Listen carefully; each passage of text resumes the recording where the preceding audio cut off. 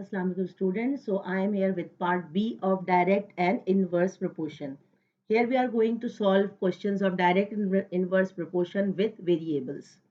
We all already know that for all direct questions, we are direct proportion, we are going to divide the quantities, and for inverse proportion, we are going to multiply the quantities. We can see in this problem, we don't have real life quantities. Instead, we have the real life quantities in terms of y and x. And it is clearly stated that it is directly proportional.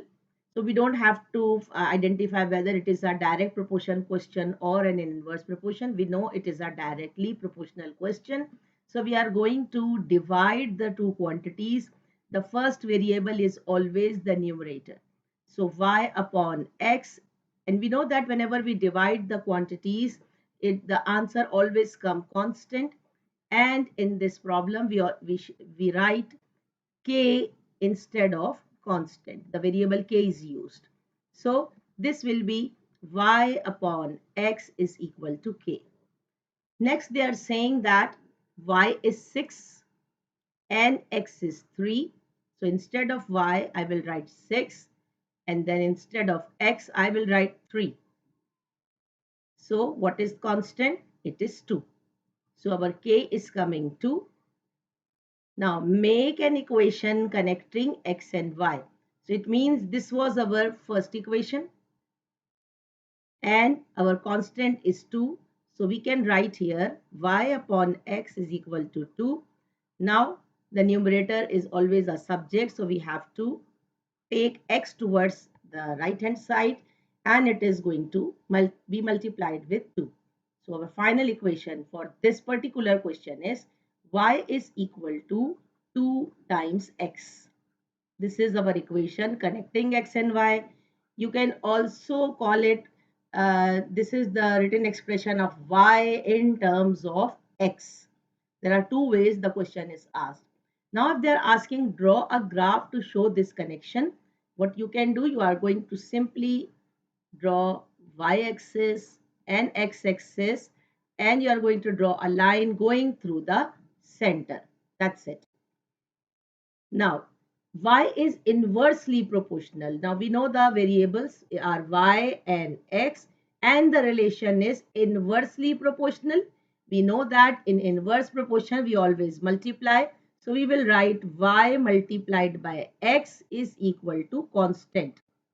And this constant is denoted by k. So, y multiplied by x is equal to k. Now, y is 6, x is 3. So we are going to multiply them and the k will become 18. Now make an equation connecting x and y, or write y in terms of x, both are same. So we can write 18 instead of k. Y multiplied by x is equal to 18. As y is inversely proportional to, we are going to make y a subject and x will go towards right hand side, and x is being multiplied here. So when it goes towards the right hand side, it will become a divisor. So this is our final equation for this particular question. Plot a graph to show this connection. So the graph is always a C. You will write y and x and a c. This is your inverse proportion graph. I hope you are clear about it. Let's do some more complicated questions. Y is directly proportional to x cube. Now, we know that we are going to quickly divide. The first variable is the numerator and it is equal to k. Y is 16 when x is 2. Now, I cannot write only 2 because this x has a cube also. So, I have to write 3 also. Now, cube of 2 is 8. So, it will become 16 upon 8. Our k is coming 2. Now, make an equation connecting x and y. This was our basic equation. So, y and x cube are connected with 2. So, let's make them together because y is supposed to be a subject.